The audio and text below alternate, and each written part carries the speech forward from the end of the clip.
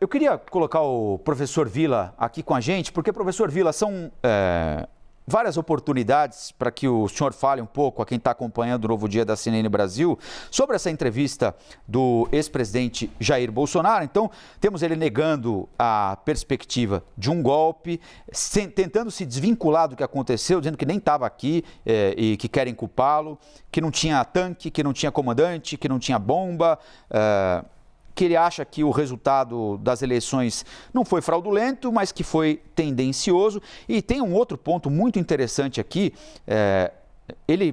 todos nós nos lembramos do comportamento do presidente ao longo da pandemia, né? Imitando pessoa que ficava sem ar, chamando a pandemia de gripezinha, resfriadinho, dizendo que não era coveiro, que ele não ficava doente porque tinha histórico de atleta.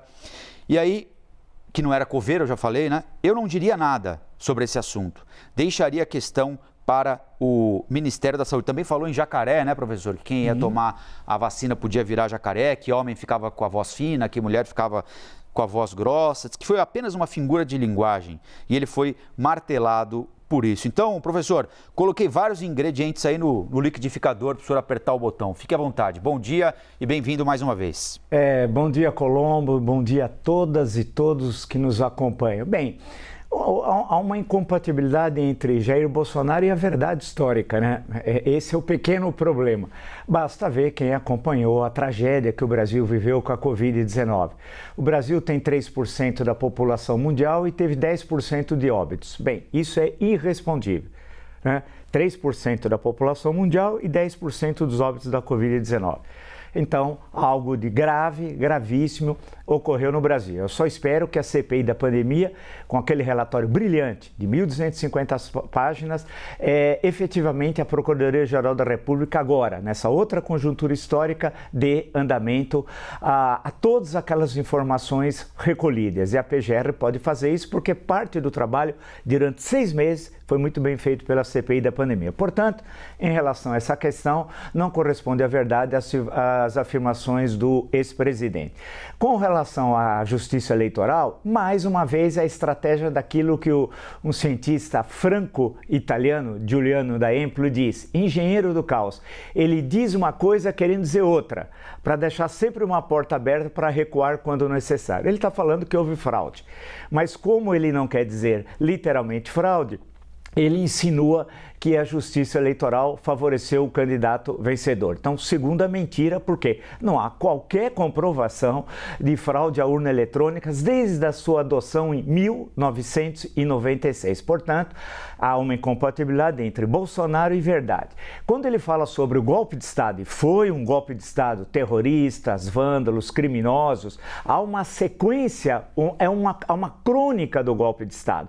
A reunião daquele triunvirato, que triste triunvirato, não é o Marco Antônio e o Otávio Lépido, é o Daniel Silveira, Jair Bolsonaro e o Marcos Duval.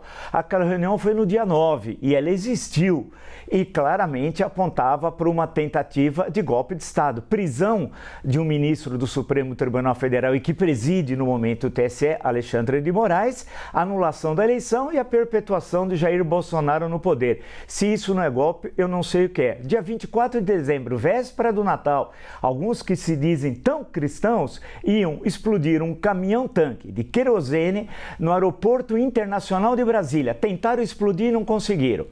Pouco depois, no dia 8 de janeiro, naquele trágico domingo, dia da infâmia da República Brasileira, todos nós assistimos. Quem foi o chefe de tudo aquilo, né? Aquilo não caiu do céu, não é uma erupção vulcânica, não é um tsunami. Teve uma ação humana. E o chefe é o Jair Bolsonaro e todo mundo sabe. Se ele ficaria no poder depois do dia 8 de janeiro, ele estando nos Estados Unidos, vale destacar, eu não sei, né? Poderia ser uma ditadura de coronéis tal qual na Grécia em 1967. E por fim, se ele estivesse tão interessado ao Brasil, ele não teria lá viajado aos Estados Unidos conversar com o Pateta e com o Mickey. Ele estaria conversando com seus seguidores, que os deixou abandonados 60 dias em frente às unidades militares, especialmente o QG do Exército em Brasília. Portanto, da primeira palavra à última palavra, nada corresponde à verdade.